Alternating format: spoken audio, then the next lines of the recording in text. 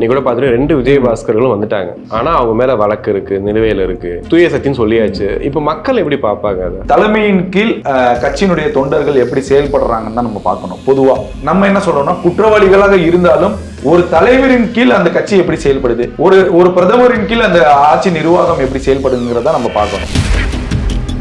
தோல்வி அடைந்த இடங்களாக அவங்க செலக்ட் பண்றாங்க. முதல்ல தாவேக்காவுடைய நகர்வே ஸ்ட்ராட்டஜியே தோல்வி உற்ற இடங்கள், அதே போல டெல்டா மாவட்டங்கள், இதுதான் டார்கெட் பண்றாங்க. இந்த 108 தாவேக்கா தக்க வச்சுக்கும். அப்போ நமக்கு இன்னும் பெரும்பான்மைக்கு இன்னும் ஒரு 50 தொகுதிகள் தேவை. அப்ப அவர்கள் இணைத்த பின்பு என்ன நடக்கும்ங்கிறத இங்க ஒரு பிரதானமா பேச.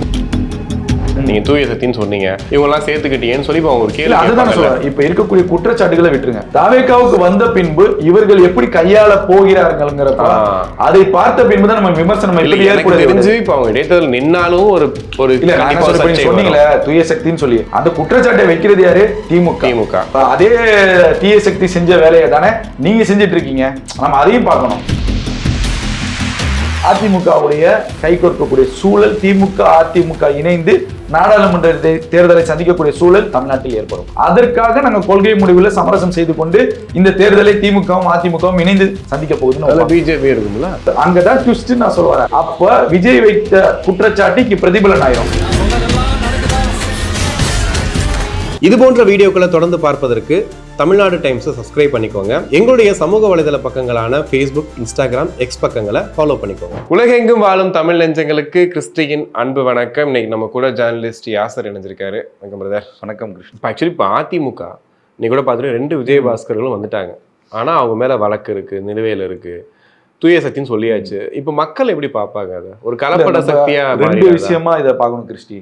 தலைமையின் கீழ் கட்சியினுடைய தொண்டர்கள் எப்படி செயல்படுறாங்கன்னு தான் நம்ம பார்க்கணும். பொதுவாக இப்போ நீங்கள் பாஜகவை எடுத்துக்கிட்டீங்க அப்படின்னா, பாஜகவுடைய மத்திய அமைச்சரவையில் இடம்பெற்றிருக்கக்கூடிய எல்லா அமைச்சர்கள் மீதும் அட்லீஸ்ட் ஒரு வழக்காவது இருக்கும். நாடாளுமன்றத்தில் இருக்கக்கூடிய எல்லா எம்பிக்கள் மீது ஒரு வழக்காவது இருக்கும். அரசாங்கம் எப்படி நடக்குது? மத்திய அரசாங்கம் இப்போ இந்திய தேசம் முழுவதும் இருக்கக்கூடிய இந்த இந்திய மக்களுக்கு ஏதாவது அடிப்படை தேவைகள், பிரச்சனைகள் இருந்தாலும் சார்ட் அவுட் செய்யக்கூடிய விஷயங்கள்ல நிர்வாகம் திறன் பாஜக செஞ்சிட்டு இருக்கு. அதுல மாற்று கருத்து இல்லை, அதை நம்ம மறுக்கவும் முடியாது. நம்ம என்ன சொல்றோம்னா, குற்றவாளிகளாக இருந்தாலும் ஒரு தலைவரின் கீழ் அந்த கட்சி எப்படி செயல்படுது, ஒரு பிரதமரின் கீழ் அந்த ஆட்சி நிர்வாகம் எப்படி செயல்படுங்கிறத நம்ம பார்க்கணும். இப்ப தாவேக்கா எடுத்திருக்கக்கூடிய முடிவு என்னன்னா, அந்த கட்சிக்கு வலு சேர்க்கக்கூடிய சூழலும் கட்டாயத்திற்கும் தாவேக்கா இருக்கு. இப்ப உள்ளாட்சி தேர்தல் வருது, 29ல எம்பி எலெக்ஷன் வருது. அப்ப அவங்களுக்கு ஒரு பெரிய அஜெண்டா இருக்கு. தோல்வி அடைந்த இடங்களாக அவங்க செலக்ட் பண்றாங்க. முதல்ல தாவேக்காவுடைய நகர்வே ஸ்ட்ராட்டஜியே தோல்வி உற்ற இடங்கள், அதே போல டெல்டா மாவட்டங்கள், இதுதான் டார்கெட் பண்றாங்க. அப்போ நம்ம எங்க இப்ப நீங்க சொன்னீங்களா இந்த 108ங்கிறத, இந்த 108 தாவேக்கா தக்க வச்சுக்கும். அவங்களுக்கு செயல்பாடு அதை தக்க வச்சிருக்கும். அப்போ நமக்கு இன்னும் பெரும்பான்மைக்கு இன்னும் ஒரு 50 தொகுதிகள் தேவை. இப்போ ஆல்மோஸ்ட் 20-30 நமக்கு அந்த கூட்டணி கிட்டங்களும் கழிஞ்சு வருது. அப்ப இன்னும் சில தொகுதிகள் தேவைப்படும் போது அதை டார்கெட் செய்வதுங்கிறது ஒரு அரசியல் கட்சியாக அது நியாயமானது. லீகலைஸ்டா அது கரெக்ட். அவங்க அரசியலுக்கு என்னுடைய கட்சியை வலுப்படுத்துறதுக்காக அவங்க செய்யக்கூடிய விஷயங்கள் எனக்கு ஏற்படுது. அப்ப அவர்கள் இணைத்த பின்பு என்ன நடக்கும்ங்கிறதா இங்க ஒரு பிரதானமான ஒரு டிபேட்ல எடுத்துக்காங்களேன். நீங்க தூய சக்தின்னு சொன்னீங்க, இவங்க எல்லாம் சேர்த்துக்கிட்டீங்கன்னு சொல்லி அவங்க ஒரு கேள்வி. அதுதான் சொல்றேன். இப்ப இருக்கக்கூடிய குற்றச்சாட்டுகளை விட்டுருங்க. தாவேக்காவுக்கு வந்த பின்பு இவர்கள் எப்படி கையாள போகிறார்கள்ங்கிறப்ப அதை பார்த்த பின்புதான் நம்ம விமர்சனம் தெரிஞ்சு இப்ப அவங்க இடைத்தேர்தல் நின்னாலும் ஒரு சொன்னீங்களே தூய சக்தின்னு சொல்லி அந்த குற்றச்சாட்டை வைக்கிறது யாரு? திமுக. இப்ப அதே தீய சக்தி செஞ்ச வேலையை தானே நீங்க செஞ்சிட்டு இருக்கீங்க. நம்ம அதையும் பார்க்கணும். இப்போ வைகோ ஒரு கட்சி ஒரு எம்எல்ஏவை இவர் பக்கம் இருக்காங்க, இன்னொரு எம்எல்ஏவை ராஜினாமா சொல்லி திமுக அடிச்சிட்டீங்க. இதே அதிமுக இருக்கக்கூடிய இந்த நீங்க சொல்லக்கூடிய தீய சக்திகளை தாவேக்கா பக்கம் இணைகிறாங்கன்னு வச்சுக்கோங்க. இப்ப இணைஞ்சாரு சமீபத்துல ஒருத்தர், முன்னாள் அமைச்சர், பெரிய ஒரு மீட்டிங் மாநகரத்துல வச்சாரு பெஞ்சமின். அவரு தீய சக்தியா தூய சக்தியா? இது திமுக தெளிவுபடுத்தணும்.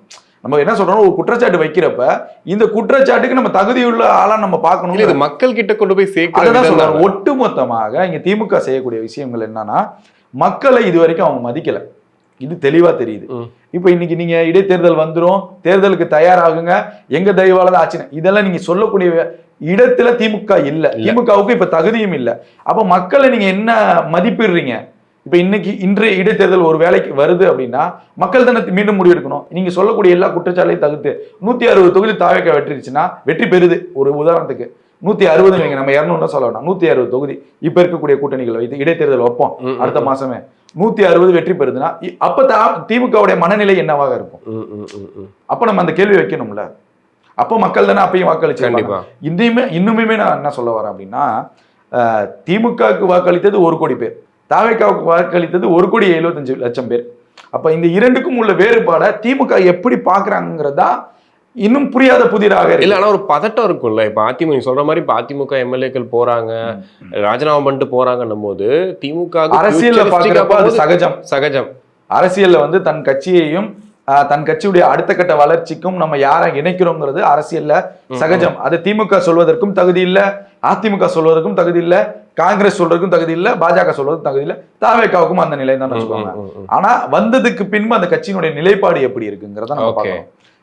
அதை வந்து அந்த கட்சியினுடைய தொண்டர்கள் ஏத்துக்கிறாங்களா, அதுல அந்த மாவட்ட தலைவர்கள் ஏத்துக்கிறாங்களா, 2ஆம் கட்ட தலைவர்கள் அதற்கு ஆதரவு தெரிவிக்கிறாங்களா, இல்ல காலப்போக்குல 31 தேர்தல் வரைக்கும் அவர்களுடைய அணுகுமுறை தாவேக்கால எப்படி இருக்கு, இதெல்லாம் வாட்ச் அவுட் பண்ணதுக்கு அப்புறம் தான் நம்ம அதற்கான கருத்து. சிஎம் விஜய் அவர்கள் பதவி ஏற்றதுக்கு அப்புறமா எல்லாரையும் போய் பார்த்தவரு, சிறி சண்முகம் வரைக்கும் போய் பார்த்தவர், ஏன் வந்து எடப்பாடிகளை பார்க்கல அப்படிங்கிற ஒரு கேள்வி இருக்கு. இல்ல, அதுக்கு விளக்கத்தை வந்து நிர்மல்குமார் அமைச்சருக்கு வந்து கொடுத்துட்டாரு. நேரம் கேட்டிருந்தோம், அவர் கொடுக்கணும்னு சொல்லி. அப்ப அது ஏதோ ஒரு எனக்கு அங்க கனெக்ட் பண்ணா இது வரைக்கும் வருதுன்னு நினைக்கிறேன். இப்ப பாருங்க, எல்லாரும் வந்துட்டு இன்னைக்கு கூட விஜயபாஸ்கர் அவங்க வைக்கக்கூடிய குற்றச்சாட்டு அதுதானே. நீங்க நாங்க ஜெயலலிதா அம்மையாரும் எம்ஜிஆரும் ஒரு எதிரியாக பார்க்கப்பட்ட ஒரே கட்சி திமுக. அந்த கட்சியுடைய ஆதரவோடு அதிமுகவுக்கு ஆட்சி அமைக்க வேண்டிய அவசியம் இல்லை, அது ஒரு கேவலமான செயல், அதுக்கு நாங்க தூக்கவே மாட்டிக்குவோம்னு சொல்லிட்டுதான் வெளியே வராங்க. இது ஒரு பிரதானமான குற்றச்சாட்டு.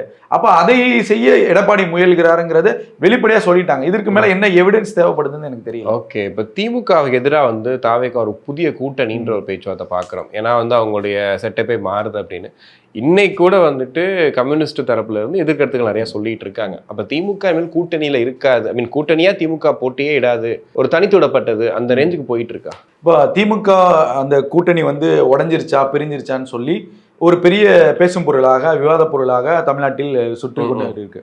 இப்போ நம்ம தாவேக்காவுக்கு வரக்கூடிய உள்ளாட்சி தேர்தலில் அதிகமான இடங்கள் வெற்றி பெறணும் ஒன்று. அதே போல் 29 நாடாளுமன்ற தேர்தலுக்கான அடித்தளமாக தான் நான் ஒரு பத்திரிகையாளர் அதை பார்க்குறேன். காங்கிரஸுக்கு உயிர் கொடுக்கக்கூடிய சூழல்ல தாவேக்கா தற்போது இருக்கு. அப்ப காங்கிரஸ் 29ல மத்திய அரசுல ஆட்சி அதிகாரத்துல இடம் பெறணும்.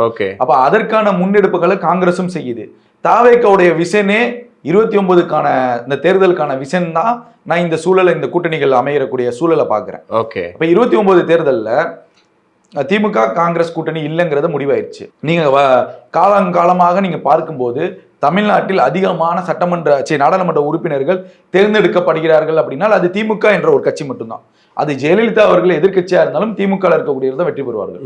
அதிகமாக வெற்றி பெற்று நாடாளுமன்றத்தை ருசிச்சவங்கன்னே சொல்லலாம். அப்பேற்பட்ட சூழல்ல திமுக தனிச்சு நிக்குது அப்படின்னா அவர்கள் வெற்றி பெறக்கூடிய அந்த நாடாளுமன்ற உறுப்பினர்கள் யாருக்கு ஆதரவு தருவார்கள் அப்படிங்கிற ஒரு கேள்வி நிலவுது இல்ல? புரியுதா உங்களுக்கு? புரியுது. அப்ப தாவேக்காவுக்கு இங்க வலுவான ஒரு கூட்டணி தேவைப்படுது. அப்ப 29 தேர்தல்ல தாவேக்கா 40 இடங்கள் வென்றால்தான் மத்திய அமைச்சரவையில ஒரு இடம் பெற முடியும். அப்ப இது குட் மூவா தான் பார்க்கணும். குட் மூவ் தான், ரொம்ப கிளவரா பண்ணிட்டு இருக்காங்க. தமிழ்நாட்டு அரசியலுக்கு என்ன தேவைங்கிறத புரிஞ்சுச்சு. அடுத்த கட்டமாக நாடாளுமன்ற தேர்தலுக்கு நம்ம நகர வேண்டும். உள்ளாட்சி தேர்தல்களை கட்சியினுடைய நிர்வாகிகள்கிட்ட ஒப்படைச்சிட்டாங்க. ஒவ்வொரு சட்டமன்ற உறுப்பினர்கிட்டையும் சொல்லி முடிச்சுட்டாங்க, இந்த லோக்கல் எலெக்ஷன் இந்த தொகுதியில நீ ஜெயிச்சு கொடுத்துடணும். அப்ப அவங்களோட ரூட் கிளியர் ஆயிடுச்சு.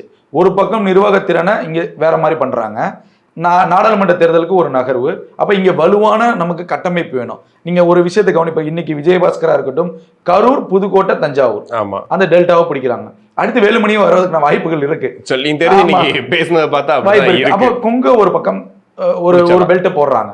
அப்ப இந்த இடைத்தேர்தலை பொறுத்துதான் உள்ளாட்சி தேர்தலுடைய முடிவுகளும் இடைத்தேர்தலுடைய முடிவுகளை வைத்துதான் நாடாளுமன்ற தேர்தலில் தாவேக்காவுடைய அந்த ரெஃப்ளெக்ட் கிடைக்கும்.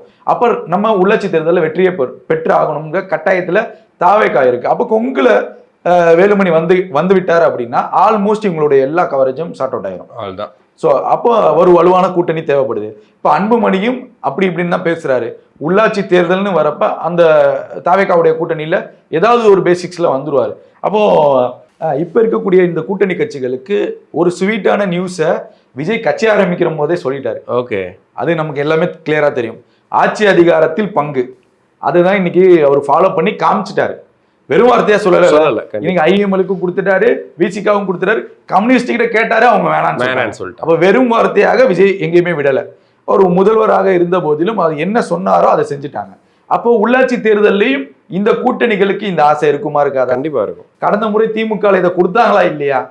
அப்ப கொடுக்காதனால ஒரு அதிருப்தி நிலை சூழல் ஏற்படுது. இப்ப ஆளுங்கட்சியா இருக்கிறப்ப உள்ளாட்சி தேர்தலில் என்னதான் முகமாக இருந்தாலும் ஆளுங்கட்சியினுடைய கட்சியின் வேட்பாளர் நிற்கும் போது ஒரு 50% சான்சஸ் இருக்கு. அப்போ இந்த கூட்டணியில் இருக்கக்கூடியவர்கள் உள்ளாட்சியிலையும் கூட்டணியாக நின்று மேயரில் மேயரா இருக்கட்டும், சேர்மனா இருக்கட்டும், பேரூராட்சி தலைவராக இருக்கட்டும், அப்ப எல்லா போஸ்ட்லயும் இந்த கட்சியை சார்ந்தவர்கள் இருக்கும்போது அந்த கட்சியினுடைய அடுத்த கட்ட வளர்ச்சிக்கு உதவும்ல. சோ இந்த பார்வையில தான் அவர்களுடைய நகர்வுகள் இருக்கும். கூட்டணி கட்சிகள் அந்த ஒரு பேசிக்ஸ்லாம் ரொம்ப பெரிய அதிகாரத்துலாம் வந்து தாவேகா கூட்டணியில இருக்க முடியாது. அப்ப இவர்கள் இதை நோக்கி தான் அவர்கள் பயணம் செய்கிறார்கள். இப்ப ரூட் கிளியர் ஆயிடுச்சு. சரியான அரசியல் இதுதான், மூவ்மெண்ட் தான். அப்ப கூட்டணியில எனக்கு 2 மேயர், விசிகாவுக்கு ஒரு 3 மேயர், ஐஎம்எலுக்கு ஒரு மேயருங்கிறப்ப கடந்த முறை இது திமுக கொடுக்கலையே, அதிமுக கொடுக்கலையே. அப்ப இந்த சூழலை தாவேகா உருவாக்கும் போது இதற்காக நாங்க தோல் கொடுக்குறோம்னு சொல்லி போறதுல எந்த தப்பும் கிடையாது. இல்ல திருமாவர்களுடைய பேச்சே அதை சொல்லுதுன்னு நினைக்கிறேன். ஆக்சுவலி முந்தா நாள் பேசும்போது ரொம்ப தெளிவா சொல்றாரு, 5 ஆண்டுகளுக்கு திமுக தாவேகா நாங்க டிஸ்டர்ப் பண்ணவும் மாட்டோம், நாங்க வந்து உறுதுணையா இருப்போம் அப்படின்றது. இன்னைக்கு வந்து நீ கம்யூனிஸ்ட் கட்சி பேசுறதும் அப்படிதான் இருக்கு. அவங்க ரொம்ப தெளிவா முடிவு எடுத்துட்டாங்க, தாவேகா கூட இருக்கலாம். இப்போ நீங்க ஒரு எக்ஸாம்பிளுக்கு பாருங்க, திமுக கூட்டணியில திமுக கட்சியை தவிர திமுக ஒரு வலுவான கட்சி, அதற்கு பின்பு இருக்கக்கூடிய கூட்டணி கட்சிகளுடைய வலுவும் அந்த திறனையும் நீங்க பார்க்க முடியாது. ஏன்னா வளர்ந்தா திமுக வெட்டிடுவான். உங்களுக்கு புரியுதா? இது வரைக்கும் அதான். இன்னைக்கு இஸ்லாமிய இயக்கங்கள் இருக்குல்ல, இந்த கட்சிகள் எத்தனை இயக்கங்கள் கட்சிகளாக மாறி இருக்கு. இதற்கெல்லாம் அடித்தளம் போட்டதே திமுக தான், கருணாநிதி தான். ஜவாஹிருல்லா வராரா, ஜவாஹிருல்லா 2 பேராக்கு பிரிச்சு விட்டுரு, தமிழ்மண் சார் வராரா 2 பேராக்கு. இந்த மாதிரி சூழல் தான். அட்டாக் பண்றதுக்குமே அவங்களதான் வச்சு அட்டாக் பண்றது. ஆமா, இன்னைக்கு ஐஎம்எல் போன இடத்திற்குமே ஆளுர் சனவாசி ஒரு வெப்பனை பயன்படுத்த போறாங்க. புரியுதா உங்களுக்கு? அவரை வைத்து கூட ஒரு இஸ்லாமிய கட்சி ஆரம்பிக்கிறதுக்கான வேலைகளை தொடங்கிட்டாங்க, ஃபண்டுல இருந்து எல்லாமே தொடங்கிட்டாங்க. அதுவும் ஒரு தகவலா திமுக வட்டாரத்துல இருந்தே சொல்லப்படுது. ஓகே, அப்ப அவங்க சரி கட்டுறதுக்கான சூழலை பாருங்க. இப்போ ஒரு பக்கம் இந்த மாதிரி சூழல் நிலவுது. அப்ப தாவேகாவுக்கு உள்ளாட்சியில RS பாரதியோட அந்த மீசை எடுக்கணுங்கிறதுல உறுதியா இருக்கு தாவேகா, அதுல மாற்று கருத்து இல்ல. அதுக்குதான் மாணிக்கம் தாகூரும் ஒரு மேயர் சொன்னாரு, அவரு ஒரு மேயர் நீங்க ஜெயிச்சு காமிச்சிருக்கின்றாரு. அது மாணிக்கம் தாகூரும் தெளிவா சொல்லிட்டாரு. அப்ப காங்கிரஸ் உடைய கமிட்டி தலைவரை, தமிழ்நாட்டுடைய தலைவரை மாத்துறதுக்கான காரணமும் தாவேகாவுடைய அழுத்தம். இப்போ KS அழகிரி இருக்கிறப்போ நீங்க அழகிரியை மாத்துங்க, செல்வ பெருந்தகையை போட்டாதான் நாங்க கூட்டணின்னு சொல்லி 21 தேர்தலில் திமுக அடம் பிடிச்சிச்சு. அதே மாதிரி அழகிரி மாத்துறாங்க. கண்டிப்பா இப்ப தாவேகாவும் அடம் பிடிக்குது, மாணிக்கம் தாகூரை போடுங்க. ஏன்னா தொடர்ந்து அவர் தான் ஆதரவா பேசக்கூடிய சூழல் இருந்துச்சு. இப்ப மாணிக்கம் தாகூர் சரியான தலைவரா காங்கிரஸ்க்குன்னா பாஜகவுக்கு எப்படி அண்ணாமலை கிடைத்தாரோ அப்படிதான் மாணிக்கம் தாகூரும் நம்ம பார்க்கணும். அவருடைய பேச்சு, பத்திரிகையாளர் சந்திக்கிற விதம்ங்கிறது, ரெண்டாவது அந்த ஃபாஸ்ட் மூவ்ங்கிறது காங்கிரஸ்க்கு தேவை. அப்ப சரியான நபரை தேர்ந்தெடுத்து தாவேகாவை செலக்ட் பண்ணி கொடுத்துருக்கு. ஆனா நிறைய பேர் லிஸ்ட்ல இருந்தாலும் மாணிக்கம் தாகூரை பரிந்துரை செஞ்சது தாவேகா. அவர் தான் ஃபர்ஸ்ட் அதை பத்த வச்சது. ஸோ அப்போ தாவேகாவுடைய பிளானுங்கிறது உள்ளாட்சி தேர்தலுக்கு போட்டு முடிச்சிட்டாங்க. நாடாளுமன்றத்திற்கான நகர்வு தான் தாவேகா பயங்கரமா செய்யுது. ஒருவேளை காங்கிரஸ் உடைய இந்தியா முழுவதும் ஒரு வெற்றிக்கு தேவை, காங்கிரஸுடைய வெற்றி தேவை. அப்ப காங்கிரஸ் சில டிமாண்ட்ஸ்களை வைக்கிறாங்க தாவேகாட்டனா. என்ன மாதிரி டிமாண்ட் வைப்பாங்க அப்படின்னா, விசில் சின்னத்துல யாரும் போட்டி விடணும், காங்கிரஸ்ல 40 தொகுதி நிக்கணும், தாவேகாவை சேர்ந்த கூட்டணி கட்சிகளும் எங்களுக்கு ஆதரவு கொடுங்க அப்படின்னா, இது ஒரு பார்வை. திமுக என்ன சுச்சுவேஷனை கையாள போறாங்கிறத அங்க பெரிய ஒரு கேம் சேஞ்சர். அதான் எனக்கு தேர்தலில் நிற்பாங்களா, இல்ல தேர்தலில் நின்று பாஜகவுக்கு ஆதரவு கொடுப்பாங்களா, இது ஒரு கேள்வி. இல்ல அது பெரிய கேள்வி இல்ல, ஆக்சுவலி இது ஒரு கேள்வி. இல்ல இங்க கூட்டணி கட்சியில இருக்கக்கூடிய இன்னும் தேமுதிகவும் இவர் எம்என்எம்மும் இங்க இந்த பக்கம் பாட்டாளி மக்கள் வச்சிருக்காங்க, இவர்களும் தாவேகாவின் பக்கம் நகர்ந்துட்டாங்க அப்படின்னா திமுக செல்லா காசு தான், தனிச்சு நிற்கக்கூடிய ஒரு மரமாக தான் நம்ம பார்க்கணும். அப்ப அவர்கள் தேர்தலை சந்திக்க முடியாத சூழலும் ஏற்படும். சந்தித்தால் யாரோட சந்திக்கணுங்கிற ஒரு கேள்வி. அப்ப நீங்க அதிமுகவுடைய கை கோர்க்கக்கூடிய சூழல், திமுக அதிமுக இணைந்து நாடாளுமன்ற தேர்தலை சந்திக்கக்கூடிய சூழல் தமிழ்நாட்டில் ஏற்படும். அப்ப அவர்கள் சொல்லக்கூடிய காரணம் என்ன தெரியுமா இருக்கும், இது மாநில அரசியலுக்கான தேர்தல் கிடையாது, மத்திய அரசியலுக்கான தேர்தல், பிரதமர் யாருன்னு தான் நம்ம தேர்ந்தெடுக்கப்படும், அதற்காக நாங்கள் கொள்கை முடிவில் சமரசம் செய்து கொண்டு இந்த தேர்தலை திமுகவும் அதிமுகவும் இணைந்து சந்திக்க போகுதுன்னு பிஜேபி இருக்கும்ல. அதுதான் அங்கதான் ட்விஸ்ட் நான் சொல்ல வரேன். அப்ப விஜய் வைத்த குற்றச்சாட்டுக்கு பிரதிபலன் ஆயிரும். பாசிசத்திற்கும் பாயசத்திற்கும் வித்தியாசத்தை சொல்லிட்டு இருந்தாருல. அப்ப பாஜகவுடன் மறைமுக கூட்டணி இன்னும் பல பேர் உண்மையாக சொல்றாங்க, நடந்துச்சு பேசுறாங்கன்னு சொல்லி, அது 29 தேர்தல் வெளிப்படையாயிருங்கிறேன். அதுவும் அப்ப அதையும் உடைச்சிட்டாரு விஜய் அப்படின்னா, விஜயுடைய அந்த பவர் பாலிடிக்ஸ், பவர் சென்டருங்கிறது இன்னும் மேலோக்கி தாவேகாவை நோக்கி நகரும். இதான் தாவேகா போட்டிருக்க ஸ்ட்ராட்டஜி. ஓகே, கண்டிப்பா நிறைய விஷயங்கள் பேசணும். நேரத்துக்கு நன்றி. நன்றி.